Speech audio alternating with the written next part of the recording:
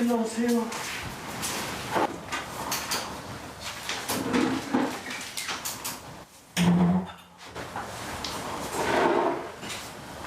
오늘 당신 일정은 오늘 어떻게 되지? 오늘은 특별하게 뭐 출장이나 이런 거 없기 때문에 그래? 퇴근하고 바로 집으로 올 것 같아. 그럼 보통 다른 때하고 똑같이 퇴근하겠네? 그러니까 5시 반 정도 전에 도착할 것 같은데? 저녁을 미리 좀 준비를 해놔야 되겠구만. 그러면 고맙고.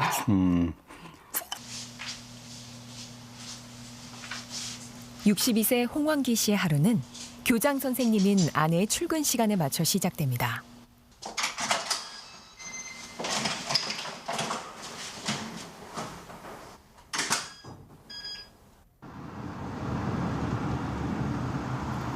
홍 씨는 매일 아침 아내의 출근길을 책임지고 있습니다. 스스로 이제 오랫동안 장사하면서. 프로페셔널한. 퇴직 후 홍 씨의 삶에 자연스럽게 자리 잡은 일상입니다. 저녁에 봐요.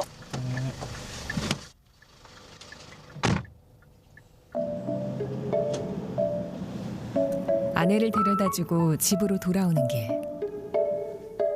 가끔 늦을 때가 있어요. 그러면 여보 와줄래? 그러면 제가 이제 거기까지 갈 때도 있고. 이제 또 백수인 남편하고 살면 또 그런 점도 좋은 점 있지 않겠습니까? 하지만 홀로 운전대를 잡고 있을 땐 생각이 복잡해지기도 합니다.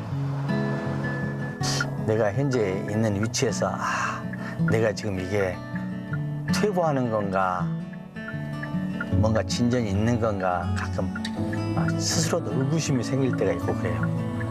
그러니까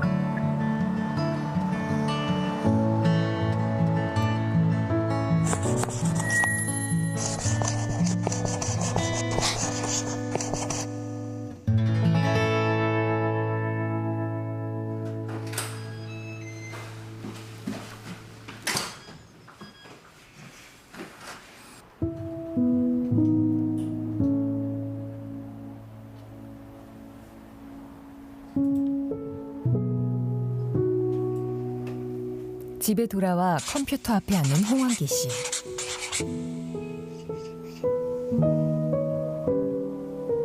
그는 현재 청렴교육 강사로 활동하며 한 달에 한 번 강의를 나갑니다. 홍 씨는 은행에서 27년을 근무하고 55세가 되던 2017년 퇴직했습니다. 나도 이제 어느 정도 물러나야 될 때가 가까이 온 것 같다. 이런 생각도 있었고 그렇다면 내가 다음에 여기를 떠나서 제2의 인생은 어떻게 살지? 하는 그런 고민도 사실은 50대부터는 생각을 했는데 저뿐만 아니고 제가 들어본 주위의 동료들도 어느 정도 50대가 되면 일단은 그런 생각들을 하는 것 같아요.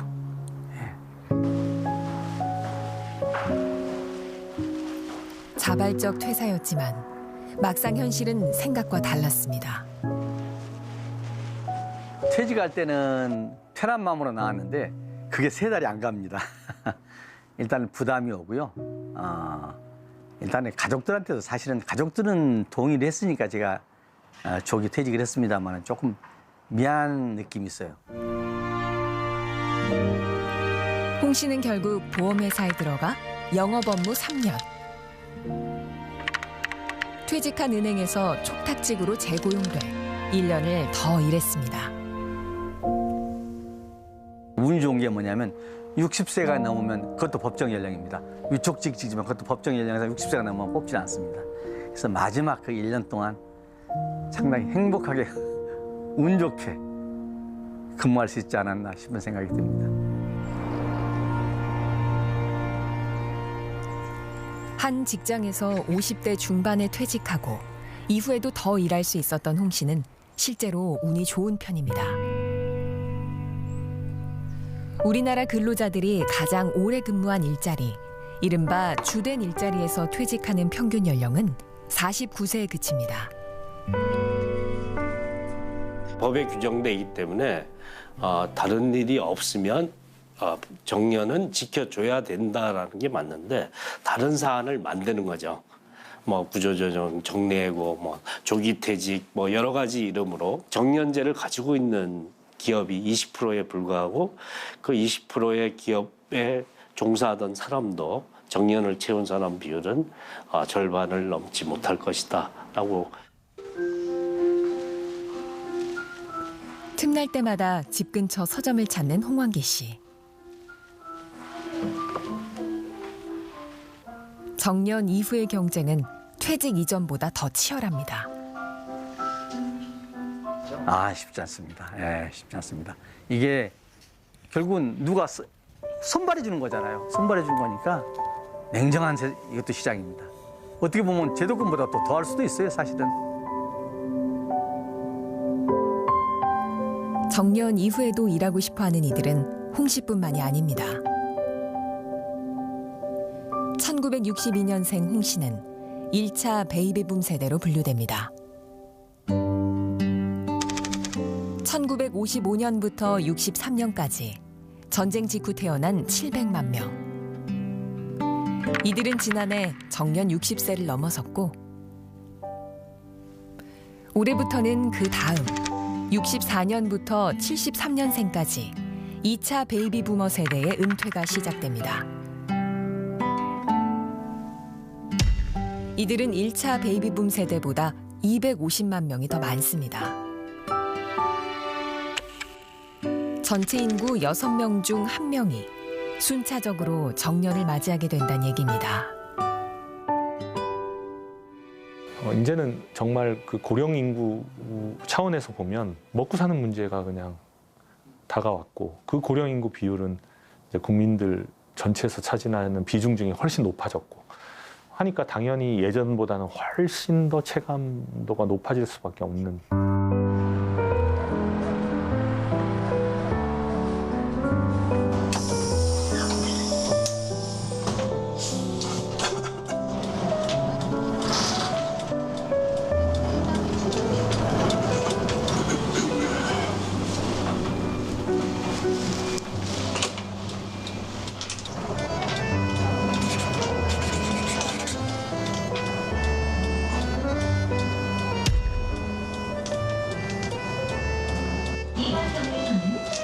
여기서 고용차고지에서 출발해가지고요.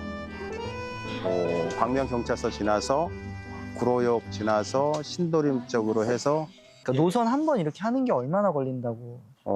길이 안 막혔을 때는 한 3시간 정도 걸립니다. 소요가 됩니다. 중간에는 좀 그거 없습니다. 네, 중간에 뭐 쉬는 것도 없고 갔다 와야 됩니다. 어서 오세요.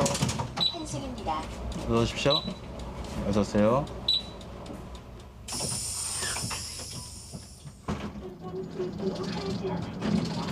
(64년생) 올해 60세를 맞은 김현석 씨. 20년 경력의 베테랑 운전기사지만 출근길 버스 운행은 여전히 긴장의 연속입니다. 출퇴근 시간대는 손님이 많기 때문에 안전에도 신경 쓰고 여러모로 힘듭니다. 안전 운행은 기본, 친절한 서비스까지. 이 때문에 버스 운송업은 숙련도 높은 중장년 기사는 계속 필요한 반면 젊은 신규 인력 지원은 적습니다.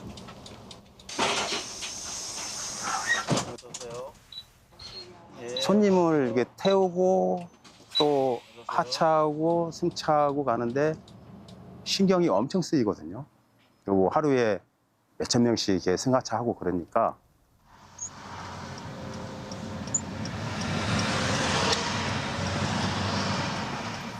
서울 시내버스 노사가 운전직 정년을 60세에서 63세로 높이는 데 합의할 수 있었던 이유입니다. 64년생 김현석 씨의 연금 수금 개시 연령은 63세.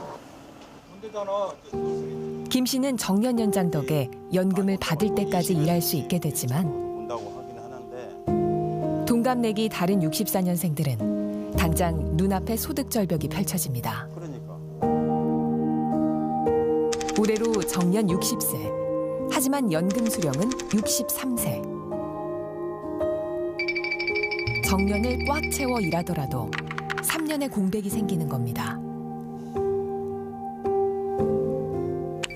정년을 채우지 못하는 경우는 이보다도 더 길어집니다. 그래서 요즘 원래 63세 지나야지 국민연금을 이게 탈 수가 있잖아요. 그러니까 미리 타가지고 생활하는 분들도 있고 그렇게 있습니다. 법정 지급 시기보다 최대 5년 미리 연금을 당겨받는 조기 노령연금 제도. 1년에 6%씩 수령액이 깎여 최대 30% 손해를 봐야 하지만 점점 더 많은 이들이 조기 수령을 택하고 있습니다. 손해 보면서도 국민연금을 손해 보면서 일찍 타가지고 이렇게 하는 친구들도 있을 거예요. 3D 업종 그런 데를 들어가지도 못하잖아요. 그 나이에 우리 같은 나이에는 힘들어가지고 못하니까는. 이 소득 절벽 구간은 앞으로 5년까지 벌어집니다. 1998년 연금 개혁으로 수급 개시 연령은 당시 60세에서 5년에 1살씩 높아졌습니다. 지난해부터 수급 연령은 63세까지 높아졌고 2033년에는 65세에 연금을 받게 됩니다.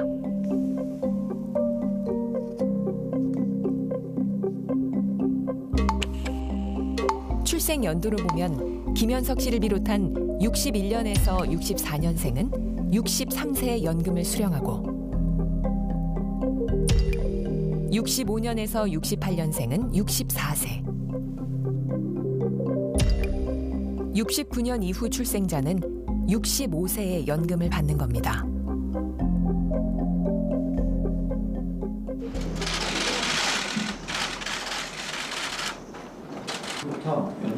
연금을 받는 나이가 뒤로 미뤄진 만큼 연금을 그만큼 오래 내야 한다는 논의도 시작됐습니다.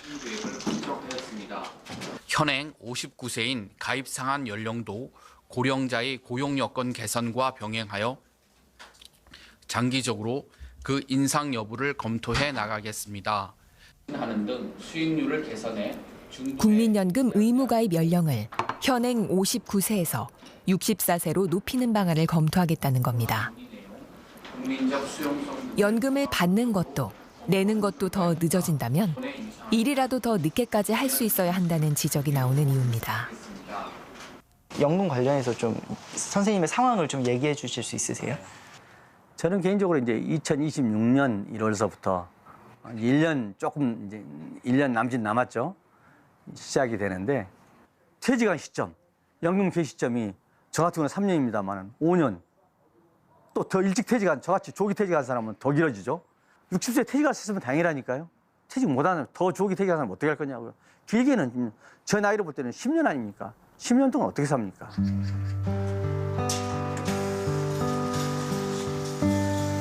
(63세) 김호성 씨. 올해 3월 정년 퇴직을 하고 곧바로 회사와 1년간 촉탁직 재고용을 맺었습니다. 정년이 됐다고 일을 손에 놓는 걸 생각해 본 적은 없습니다. 저 지금 가장 돈이 많이 들 때죠. 자녀들은 이제 막 그 대학 나오고 사회에 들어서면서 결혼할 때고, 그러니 결혼 자금도 준비해야 되고 그들이 사회에 적응할 수 있도록 우리가 준비를 해줘야 같이 뛰어야 될 텐데, 저는 저대로 노후 준비를 해야 되고 자녀는 자녀대로 사회에서 적응하고 결혼하고 잘 살 수 있도록 준비를 해야 되는 그때입니다. 예전 같았으면 정년 퇴직 이후 생업전선에서 물러났을 60세. 지금은 일을 그만두고 싶어도 그만둘 수 없는 상황이 됐습니다.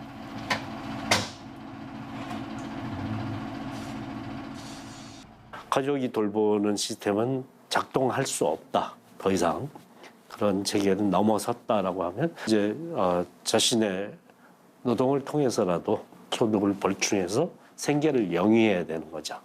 그럴 수 있는 가능성을 좀 더 넓혀줘야 되는 게 지금 우리 사회의 책임인 거죠.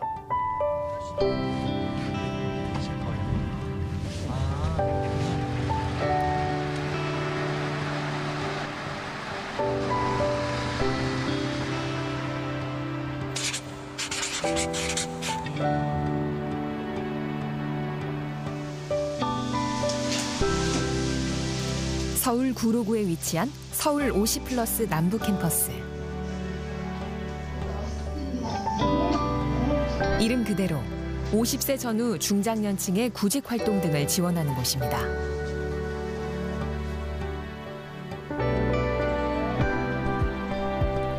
(59세) 유은정 씨는 이곳에서 취업 상담 매니저로 일하고 있습니다.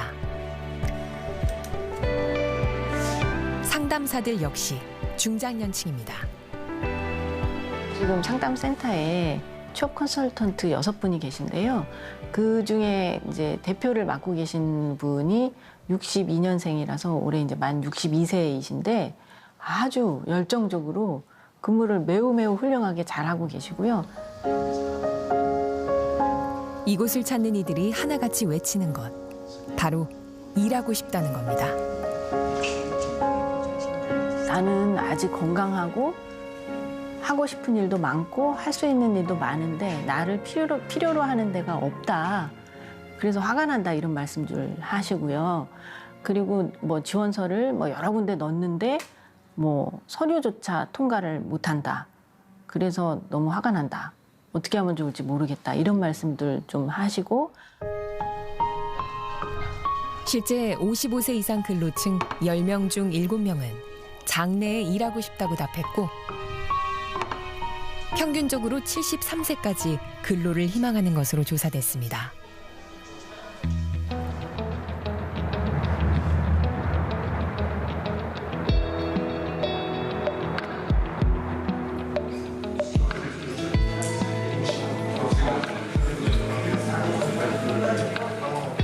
공유 킥보드 회사의 중장년 채용 설명회. 행사장이 금세 구직자들로 가득 찹니다. 여기 보시는 것처럼 가장 왼쪽에 있는 사진처럼 트럭에 이제 기기를 싣고 나가서 담당하시는 지역에 기기를 배치하기도 하고요. 또 고장난 기계를 수거하기도 하고.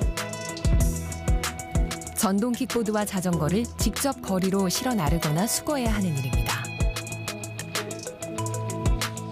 업무를 하는 데 있어서 가장 필요한 덕목이라든가 역량 같은 게 있으면 좀 말씀 부탁드리겠습니다. 네, 일단 뭐 가장 큰 부분은 저희가 계속 이제 좀 어찌됐건 힘을 쓰는 직무다 보니까 어느 정도 체력이 좀 있으셔야 될 것 같고요.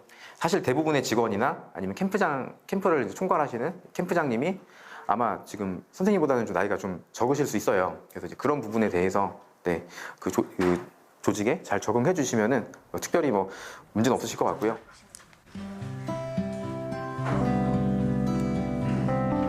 설명회가 끝나고 한층 아래에선 현장 면접이 진행됩니다. 구직자 대부분이 면접관보다 나이가 많습니다. 나이대가 비슷하시고 저희가 그런 통짜로 찾아서 많으시고 참석자 대부분이 50대, 간혹 60대 신청자도 있습니다. 캠프에 계신 분 중에 가장 연장자분이 61년생이세요. 그리고 저도 지금 55세지만 앞으로 10년 정도 더 근무할 생각을 하고 있습니다. 건강과 학력 수준이 높아진 만큼 이들의 업무 능력 역시 과거와는 크게 달라졌습니다. 건강하신 분들은 요즘 외모도 그렇고 여러 가지로 50대인지 40대인지 알 수 없을 정도로 그런 분들도 많으시고요. 또 개인이 역량 개발에 굉장히 힘쓰셔서 요즘 이제 국가 자격증 시험장 가보면 20대보다 오히려 50, 60대가 더 많다고 하잖아요.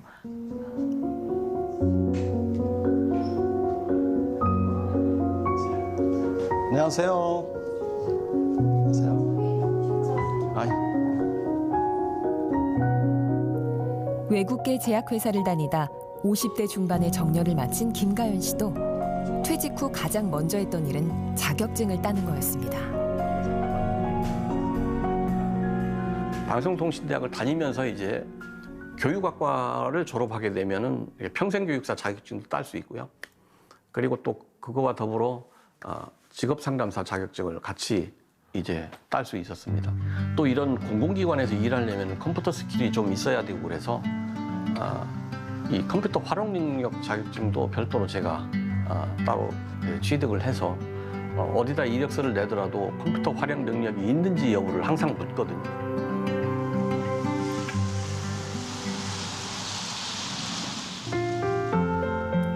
유은정 씨는 당장 내년에 정년을 앞두고 있습니다. 유 씨는 자신이 좋아하고 성과도 잘 낼 수 있는 이곳에서 계속 일하길 바라고 있습니다.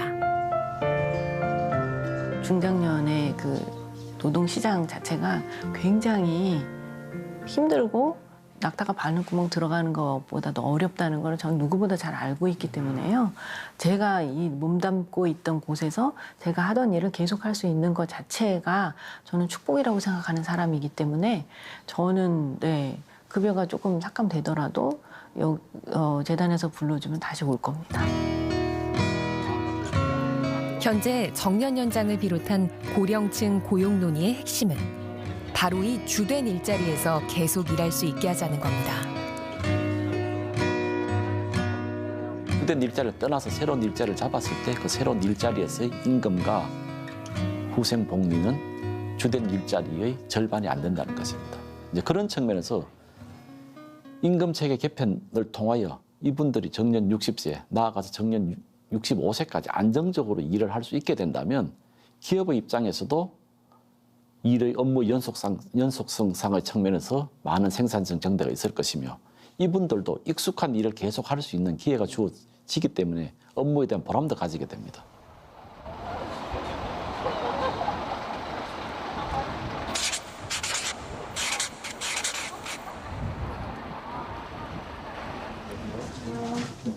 지난달 17일 경제사회노동위원회 산하 계속고용위원회 회의가 열리는 날. 정년 연장을 비롯한 고령자 고용 문제를 논의하기 위해 노동계와 경영계, 정부 관계자가 한데 모였습니다.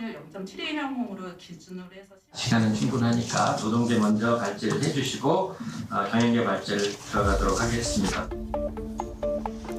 계속고용위원회는 지난 6월 첫 발을 뗀 이후 8번째 회의가 열렸습니다.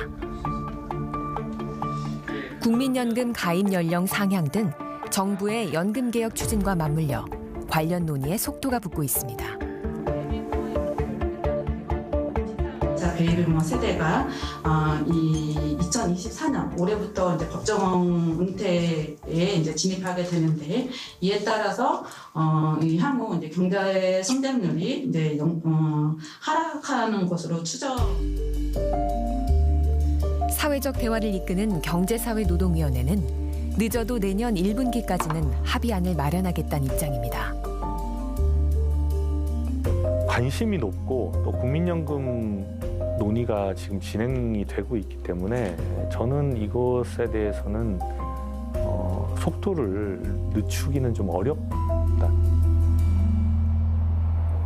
서울 시내버스 노조는 현 63세인 정년을 연금 수급 개시 연령인 65세까지 높여줄 것을 요구하고 있습니다. 저희가 정년에 도래했을 때는 아직 일할 그 체력이 육체적으로 왕성한데 아깝죠. 내려놓기는. 저희가 욕심을 내는 게 아니고 현재 그 상황이 저희들 세대가 그렇다는 거예요. 그러니까 일반적인 잣대로 나이로 준해서 이거는 은퇴하셔야 된다. 이거는 저는 안 맞는다고 보는 거죠.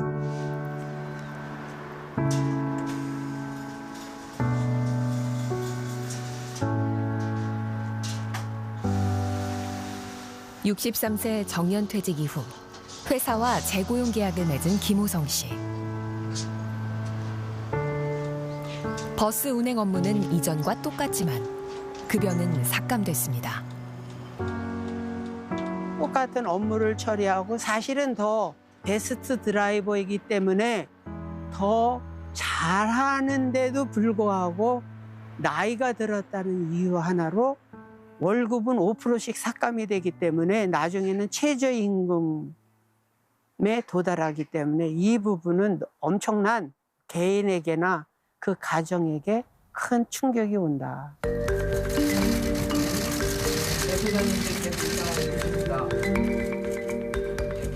노동계와 경영계가 맞서고 있는 것도 바로 이 부분입니다.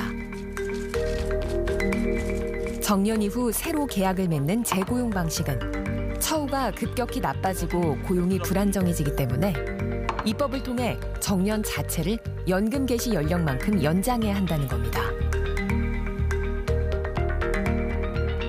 노동계는 이제 법제도화를 요구를 합니다. 현행 법령에 65로 명시적으로 정해야 사실은 이게 자의적으로나 외부적 환경 요인에 의해서 정년이 자의적으로 움직이지 않는 거거든요. 정년이란 국민연금 수급기간과 일치한다. 그러면 예를 들어서 65살로 하는 거고, 그러면 기업 규모나 부문 대상 산업업종 지역과 무관하게 격차 없이 일단은 보편적으로 65살까지 정년을 다닐 수 있다는 희망 기대치가 있는 거고요. 반면 경영계는 우리나라 같은 연공급 호봉제 구조에서 정년 연장을 강행할 경우 기업의 부담이 지나치게 커질 것을 우려합니다. 임금 조정이 현실적으로 쉽지 않은 정년 연장 방식보다 촉탁직 재고용 방식을 주장하는 이유입니다. 지금 정년이 60세인데 5년이 더 연장된다면 30년간 직장 생활이 35년으로 늘어나게 되는 것이죠. 그럼 5년간의 인건비 총액을 한번 계산해 보십시오. 그리고 임금 체계 호봉제라고 가정을 한다면 지금 초임 대비 퇴직 시점의 임금이 3.3배 정도가 됩니다. 그리고 정년 연장이 기업의 인건비 부담과 이어진다는 이 지점에서 정년 연장 논의는 우리 사회의 가장 오래된 문턱 앞에 멈춰서게 됩니다.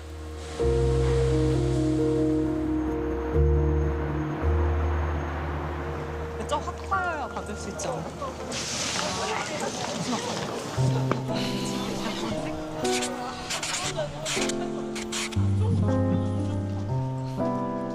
제목 이름 많다. 괜찮길 바라. 괜찮길 바라. 달 왜 이렇게 예뻐? 아, 내일 슈퍼문이래. 내일이? 슈퍼문 되게 자주 오는 거 같아. 이상하게. 1년에 한 번씩. 어머. 시험 잘 보게 해주세요. 중간고사 대박나게 해주세요.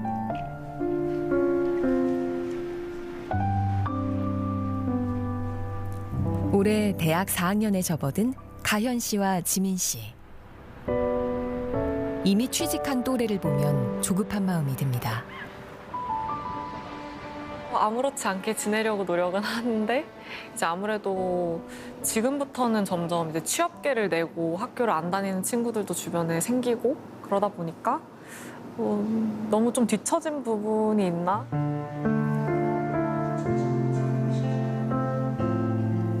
요즘 들려오는 정년 연장 논의를 바라보는 시선도 불안해질 수밖에 없습니다.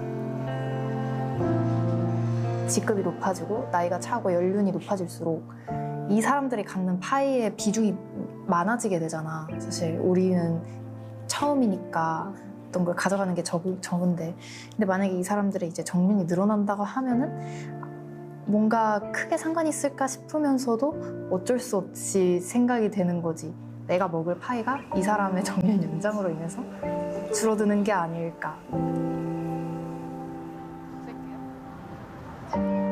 풀릴 줄 모르는 청년들의 고용 한파. 구직을 포기한 채 그냥 쉬는 청년이 44만 명을 넘어섰습니다. 반가울 수는 없는 것 같아요, 확실히. 정년 연장 자체에는 찬성을 하더라도 그게 청년의 입장에서는 또 하나의 불안한 요소가 생겨나는 거기 때문에 청년 실업률이라는 게 사실 너무 다양한 요소 때문에 생겨나고 점점 증가하고 있는데 그 이유 중에 하나가 더 느는 느낌인 거잖아요. 하지만 동시에 그들 부모 세대의 문제이기도 한 만큼 복잡한 감정이 들기도 합니다. 되게 양가적인 부분이 있는 게 이제 청년 실업률이 늘므로써 저희의 지금 주 지원은 또 저희 부모님으로부터 오잖아요. 근데 그 부모님을 바라봤을 때 지금에서야 비로소 정말 그 많은 경험이 쌓여서 이제는 정말 자기가 해보고 싶은 것들을 마음껏 하실 나이이기도 하셔서 그런 분들을 봤을 때 더 오래 일하셨으면 좋겠는 마음도 있고. 사실 젊은 층도 이거에 대해서 그렇게 맹렬하게 반대한다고 생각 안 하거든요. 정년 연장 자체가 자신의 일자리를 막고 그다음에 자신의 승진의 기회를 박탈한다 이렇게 생각하는 게 아주 제한돼 있다라고 생각할 거고 자신들의 부모 세대가 갖는 고민에 대한 고려도 있는 거거든요. 이건 또. 소득 공백을 막기 위해 고령층을 계속 고용하면서도 동시에 청년들의 새로운 기회를 침해하지 않기 위한 절충안도 제시되고 있습니다. 고용을 연장하되 임금을 합리적으로 조정해 새로운 일자리 마련에 쓰자는 겁니다. 정년을 몇 년 연장할 때 그 일자리에 있는 분들이 선배 그룹들은 28시간, 32시간 정도 하고 그러면 한 8, 9시간이 공백지가 있는 거거든요. 거기에 또 대학을 졸업한, 고등학교를 졸업한 청년들이 진입하게 하고 그런 견인책을 정부가 할 필요가 있죠. 정년을 연장하되 고령자의 직무를 줄여 임금을 조정하는 것도 고려해 볼 수 있습니다. 직무 분석을 통하여 역할 분담을 하는 것이죠. 본인이 하나의 직무를 하지 않고서 임금을 30%를 줄인다면 그 30% 전략되는 임금으로서 신입사원을 뽑을 수 있는 부분이죠. 노동계나 경영계나 다 미래 세대를 위한 일자리 창출 그리고 미래 세대의 기회를 침해하면 안 된다는 것. 그리고 우리가 모든 제도를 설계할 때 미래 세대에 희망을 줄 수 있는 제도를 설계해야 된다는 부분에 대해서는 다 공감을 하고 있다는 점이 그나마 저희가 현재로서는 굉장히 희망을 갖고 있는 그래도 뭔가 사회적 타협을 할 수 있다는 생각을 하고 있습니다.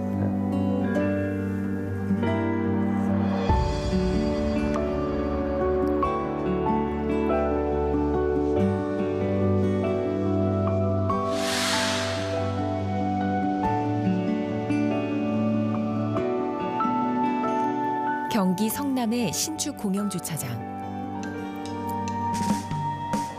54세 박재석 씨는 기술직 공무원입니다. 이게 지금 페인트 하다가 잘못된 것 같아요. 이거 깨졌고 이거 얘기를 해갖고 교체 좀 부탁 좀 할게요. 정년까지 5년가량 남았지만 미리 다음 직업을 준비하고 있습니다.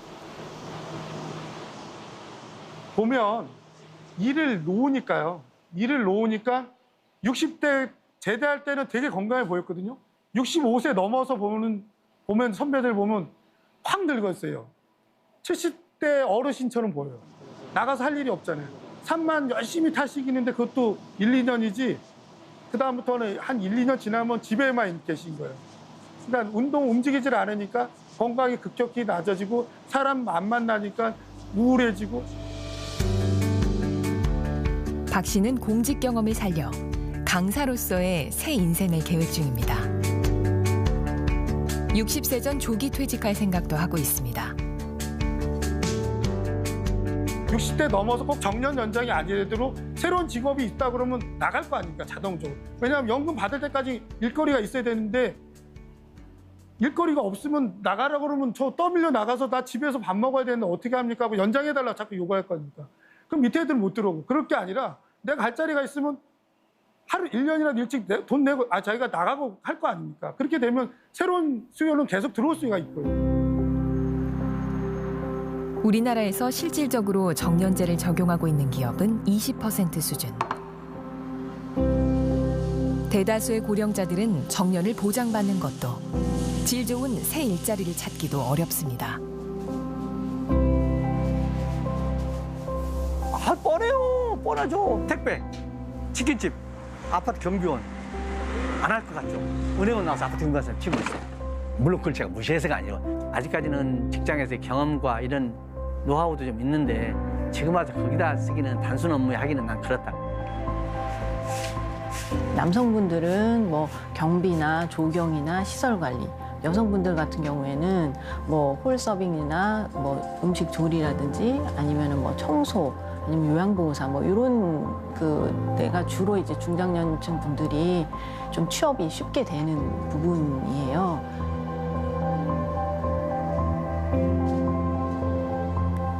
우리나라 고령자 셋 중 한 명은 일을 하고 있습니다.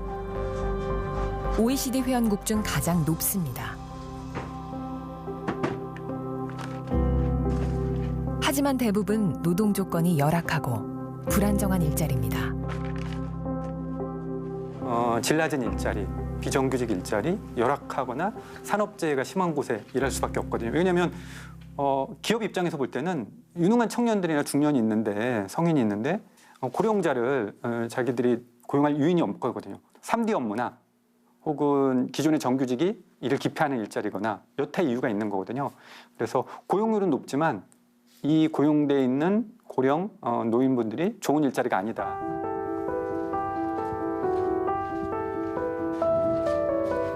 정년을 넘긴 고령층이 능력을 충분히 발휘하고 적절한 대우를 받는 양질의 일자리를 늘리는 건 빼놓을 수 없는 과제입니다.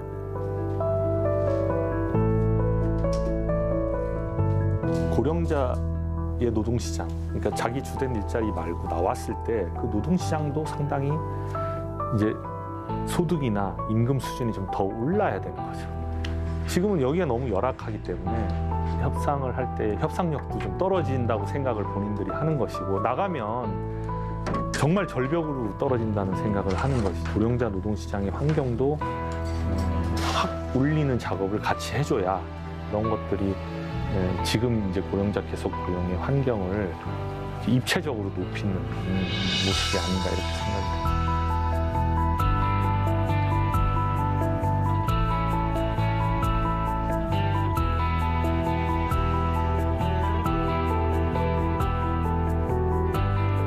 (2025년) 한국은 5명 중 1명이 노인인 초고령 사회에 진입합니다. 그 사이 은퇴하는 사람들은 급격히 늘어나는데 연금 수령 시기는 점점 늦춰지고 있습니다. 정년 연장 논의는 이제 반드시 해결해야 할 우리 사회의 가장 시급한 과제가 됐습니다.